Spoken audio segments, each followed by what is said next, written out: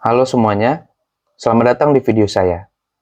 Semoga para penonton dalam keadaan sehat selalu dan siap untuk mendengarkan materi saya pada kesempatan kali ini. Sebelumnya, perkenalkan, nama saya Michael Ronaldinho Tomanalu dengan NIM 240 10 10 10 205. Saat ini saya berkuliah di Universitas Siber Asia, mengambil jurusan PJJ Sistem Informasi. Nah, saat ini saya ditempatkan di kelas SE 203. Pada kesempatan kali ini, saya akan memaparkan materi berupa video edukasi tentang emotional intelligence. Ini cukup menarik karena sebelumnya saya belum pernah menemukan mata kuliah yang membahas tentang kecantikan dari manusia itu sendiri, begitu. Nah, pada kesempatan ini saya diberi tugas oleh Ibu Rosana selaku dosen mata kuliah Estetika Humanisme untuk memenuhi keperluan UAS atau ujian akhir semester.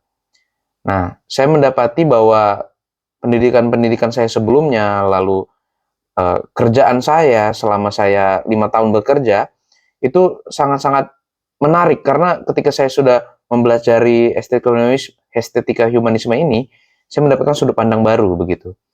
Nah, jadi mengapa saya mengambil judul ini dari sekian banyak judul yang diberikan oleh Ibu Rosana?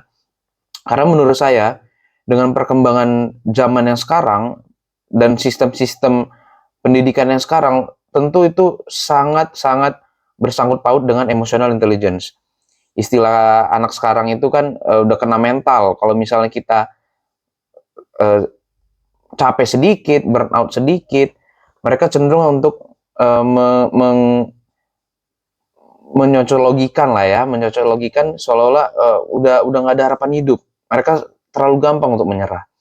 Nah, mengapa saya mengambil ini? Karena memang saya ingin memberi pengetahuan, saya ingin mengajari teman-teman semua yang lagi membaca, yang sedang menonton, ataupun teman-teman semua yang ada riset atau apapun tentang dirinya sendiri. Nah, jadi di dalam dunia yang dinamis ini, semuanya itu berkembang, semuanya itu selalu mengarah ke suatu tujuan, baik tujuannya positif maupun negatif, tapi harapannya selalu kita ingin menuju ke suatu hal yang positif. Nah, kecerdasan emosional ini tak kalah penting dibanding dengan pendidikan kita sendiri, yaitu maksudnya dalam konteks intelijensi ya. Jadi ketika kita sekolah, ketika kita kuliah, tentunya kita juga memerlukan yang namanya keseimbangan antara emotional quotient ataupun uh, intelligent quotient gitu. Ya ada juga spiritual quotient, tapi yang saya ingin menjadi bahasan utama saat ini adalah emotional quotient. Nah, pada kesempatan kali ini kita akan mencari tahu apa sih tujuannya, apa manfaatnya, ya komponen di dalamnya itu apa aja. Nah, tapi yang lebih terpenting adalah bagaimana cara kita mengembangkannya. Itu yang menjadi pembahasan saya pada kesempatan kali ini.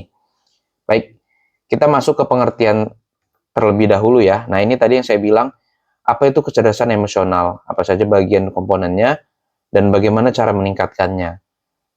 Jadi sebenarnya emotional intelligence ini ya atau kecerdasan emosional itu merupakan kunci eh, sukses antara hubungan kita pribadi dan juga sosial atau bisa dibilang ya kalau dalam dunia kerja ya personal dan profesional. Jadi ketika kita bisa menguasai emosi kita, bisa kita melihat juga emosi orang lain, tentu kita akan lebih bisa mengatasi setiap konflik ataupun mengatasi permasalahan yang sebelumnya kita tidak bisa kita kerjakan sendiri gitu. Jadi ini mempengaruhi juga dengan hubungan sosial kita. Nah, nanti pada akhirnya bagaimana cara kita bisa meningkatkannya. Jadi yang pertama dulu yaitu pengertian emotional intelligence atau kecerdasan emosional. Apa sih sebenarnya kecerdasan emosional ini? Jadi menurut pemahaman saya ya emotional intelligence atau kecerdasan emosional ini adalah kemampuan kita dalam menguasai dan menggunakan emosi untuk mengembangkan diri atau bersosial begitu ya. Nah, jadi yang saya dapati ya, setelah saya memahami materi ini, kita itu cenderung untuk menggunakan emosi dalam menentukan apapun.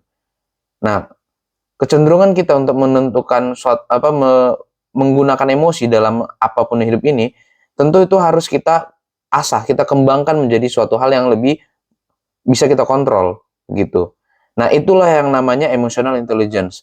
Semakin kita bisa mengontrol emosi, semakin kita tahu bagaimana cara kita menggunakan emosi tersebut, semakin tinggi juga kita dalam menggunakan emotional intelligence kita. Nah, menurut Daniel Goleman ya, emotional intelligence itu kemampuan kita untuk mengenali perasaan diri sendiri ataupun orang lain. Gunanya apa? Ya. Jadi gunanya itu untuk mengembangkan diri atau untuk mencapai tujuan yang sebelumnya kita belum pernah kita bisa capai. Nah, berdasarkan pemahaman itu, kita akan mengetahui kenapa sih kecerdasan emosional itu penting. Baik. Nah, di selanjutnya kita akan membahas tentang kenapa kecerdasan emosional itu penting. Kenapa sih kecerdasan emosional itu penting? Jadi, yang pertama yaitu meningkatkan kesadaran diri, begitu. Sebenarnya ketika kita tidak menyadari bahwa kita ini sedang emosi, ketika kita tidak tahu sebenarnya emosi apa yang kita rasakan, itu adalah salah satu kegagalan kita dalam mengontrol emosi, begitu. Jadi perlunya untuk meningkatkan kesadaran diri. Nah, kesadaran diri ini sendiri yaitu mampu mengenali atau memahami emosi, ya. Yang kedua adalah mengelola emosi secara baik. Nah, jadi sesuai sebelumnya, kita sudah memahami emosi kita ini apa. Nah, selanjutnya tinggal kita arahkan emosi kita ini ke arah yang lebih baik. Jadi kita bisa mengendalikan emosi negatif yang sebelumnya kita ingin melampiaskannya kepada suatu hal, kita bisa melampiaskannya kepada suatu hal yang negatif, kita bisa melampiaskannya kepada suatu hal yang lebih positif seperti olahraga atau misalnya bermain video game atau bagaimana cara kita bekerja tapi kita menggunakan emosi. Nah, itulah gunanya mengelola emosi secara baik. Lalu yang ketiga adalah meningkatkan empati. Nah, banyak orang itu kurang paham akan pentingnya empati dengan dunia yang sekarang globalisme yang sekarang mulai menaik kembali meninggi ya, dengan era globalisme sekarang yang semakin meninggi, kita juga seringkali itu merasa tidak peduli dengan orang sekitar kita. Nah, itu sebenarnya yang salah dari suatu hubungan sosial. Jadi kita harus meningkatkan empati kita dengan cara bagaimana. Nah, itu nanti akan kita bahas selanjutnya. Tapi pentingnya itu agar kita bisa memahami apa perasaan orang lain gitu. Biar kita bisa bertindak dengan baik. Lalu meningkatkan hubungan sosial. Nah, ini meningkatkan hubungan sosial ini berkaitan dengan empati tadi juga, bahwa ketika kita sudah memahami nih, ternyata dia itu merasa seperti ini, emosi dia itu seperti ini. Jadi kita bisa meningkatkan hubungan kita ke jenjang lebih baik. Jadi kayak ketika kita bisa memahami bahwa dia sedang capek atau sedang emosi, kita bisa mendengarkan, kita bisa menjadi lebih peduli dengan sekeliling kita, sehingga kita bisa meningkatkan hubungan sosial lebih baik lagi. Nah, selanjutnya adalah memotivasi diri dengan baik. Bagaimana cara kita memotivasi diri? Yaitu dengan kita menghargai diri kita mengetahui perasaan kita. Nah, dengan adanya kecerdasan emosional, memotivasi diri ini menjadi suatu hal yang lebih mudah karena kita memahami apa sebenarnya yang kita rasakan dan bagaimana cara kita menggunakan itu menjadi bahan bakar, sama seperti mengelola emosi tadi ya. Jadi ini kurang lebih kita bisa menggunakan emosi itu menjadi suatu hal yang positif, yang memotivasi kita, bukan untuk membuat kita menjadi lebih rendah seperti itu. Nah, selanjutnya yaitu mendukung kesuksesan. Nah, ini sebenarnya kalau kesuksesan itu kan relatif ya, orang definisi kesuksesan itu banyak. Tapi menurut saya kesuksesan itu komponen utama paling pentingnya adalah kecerdasan emosional. Ketika kita bisa mengelola emosi kita dengan baik, ketika kita bisa memberikan aspirasi kita dengan baik gitu ya, tanpa harus emosi, dan kita juga bisa mendengarkan orang, tentu itu akan menunjang kita untuk menjadi lebih baik juga dalam mencapai kesuksesan kita. Oke, selanjutnya kita masuk ke 5 komponen kecerdasan emosional. Nah, tadi kan kita sudah membahas tentang tujuan atau manfaatnya apa gitu. Nah, sekarang saya ingin membahas tentang 5 komponennya. Jadi, apa saja sih sebenarnya yang disebut sebagai kecerdasan emosional? Nah, yang pertama itu adalah kesadaran diri. Jadi, definisi kesadaran diri ini simpelnya adalah kita memahami emosi kita dan juga kita memahami emosi orang lain gitu. Jadi kita bisa menaruh diri kita dengan baik gitu ya. Jadi ketika kita sudah memahami nih emosi kita sedang A, sedang B, nah kita juga bisa memahami kelebihan dan kekurangan kita dari sisi tersebut. Contoh paling gampang ini ya, ketika seorang siswa sedang uh, ingin menghadapi presentasi atau ujian, tentunya siswa tersebut akan gugup. Seperti saya sendiri, saya tentunya akan gugup, sering belibet gitu ya kata-kata. Nah, bagaimana caranya?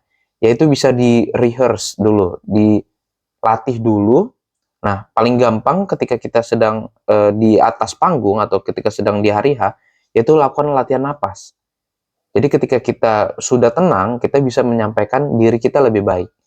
Nah, contoh berikutnya adalah pemimpin yang sadar ia sedang marah ke timnya.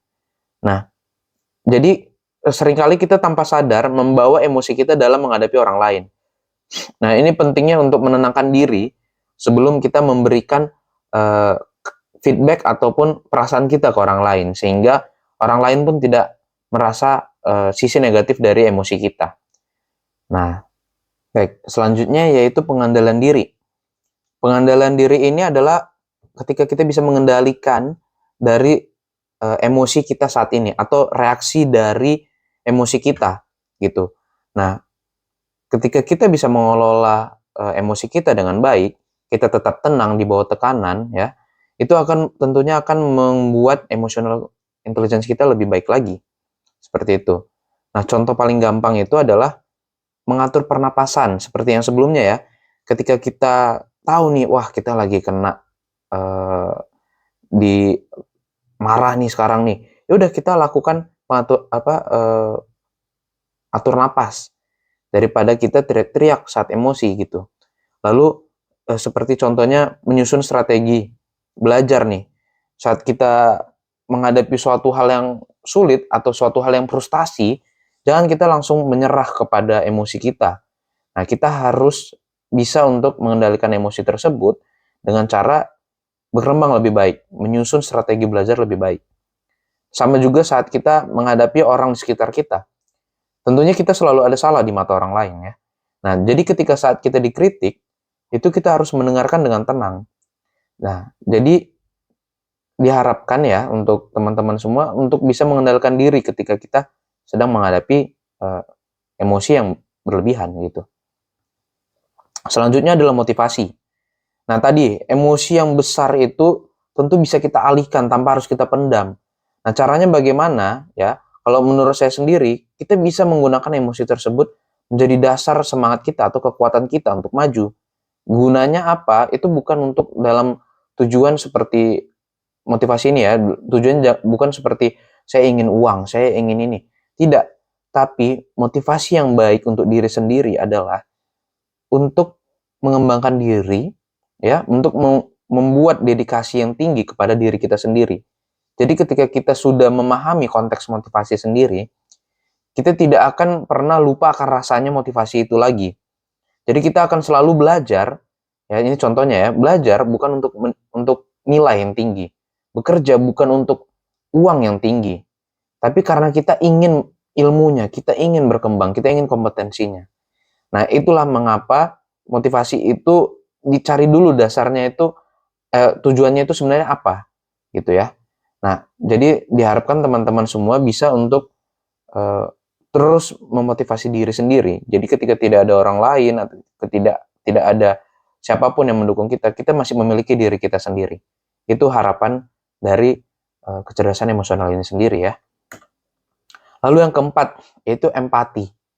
Nah, tadi kita bisa memahami emosi orang lain, kita bisa bersikap baik kepada orang lain, itu tentunya memerlukan empati. Nah, Memahami dan merasakan emosi orang lain itu suatu hal yang harus kita pelajari setiap hari. Kita harus sering bersosial, kita harus bisa peka terhadap perasaan orang lain. Itu tentu tidak akan mudah. Tentunya tidak bisa langsung kita bisa memahaminya. Jadi perlu bagi kita untuk memberi kesempatan untuk orang lain masuk ke hidup kita. Sebenarnya itu yang penting ya. Lalu kita bisa mendengar yang baik tanpa harus mencela orangnya ya, dan tidak menjudge dari cerita orang tersebut. Jadi ya udah kita mendengarkan saja. Apa sih perasaan orang ini? Kenapa sih dia merasakan seperti itu? Nah, contoh paling gampang ini adalah ketika kita dalam dunia kerja ya, saya ambil contoh selalu, yaitu ketika ada rekan atau teman yang sedang merasakan frustasi, down ya, kita itu harus memberikan emosional, dukungan emosional. Jangan malah kita menjudge, harusnya kau seperti ini, harusnya seperti ini. Tidak. Itu adalah yang salah. Nah, contoh lagi yaitu hubungan pemimpin dengan bawahannya. Jadi ketika pemimpin itu tentu harus memberikan contoh yang baik. Nah, bagaimana cara dia bisa memahami bawahannya? Yaitu harus memiliki empati. Pemimpin yang baik itu harus bisa melihat sudut pandang bawahan kita atau sudut pandang dari lawan kita. Jadi ketika sedang ada masalah, ya pemimpin yang baik pasti memberikan waktu untuk bawahannya memperbaiki masalah, memperbaiki kesalahannya, ya. Jadi tidak harus langsung di-judge atau langsung diberikan cacian, jadi bisa dikasih dia kesempatan untuk menjelaskan kenapa performanya buruk seperti itu. Nah, lalu yang terakhir dari 5 komponen tersebut, yaitu kemampuan sosial. Nah, sebenarnya kemampuan sosial ini itu sudah tertanam dalam diri kita dari sejak kita lahir ya. Nah, bagaimana cara kita meningkatkannya ya? Itu sebenarnya kita harus bisa memberikan kesempatan orang lain untuk masuk. Tadi sama seperti empati ya. Memberikan kesempatan orang lain untuk masuk ke hidup kita dan kita bisa untuk mempelajari mereka dengan baik gitu. Nah, ini contohnya komunikasi efektif itu adalah ketika kita bisa memberitahukan apa sebenarnya perasaan kita, apa sebenarnya permasalahan kita dengan lawan bicara kita, tanpa harus membawa emosi gitu. Nah, itu gunanya apa? Biar kita bisa menyelesaikan konflik dan bisa bekerja sama dalam tim. Contoh paling gampang yaitu ketika diberi proyek oleh perusahaan atau kerjaan, yaitu kita bisa membicarakan proyek ini tanpa ada konflik atau perseteruan yang tidak penting gitu. Jadi kita bisa berseteru, kita bisa berdebat, tapi kita harus membawa dalam bentuk yang konstruktif atau yang positif gitu ya. Nah, kita bisa menyampaikan juga kritik kita.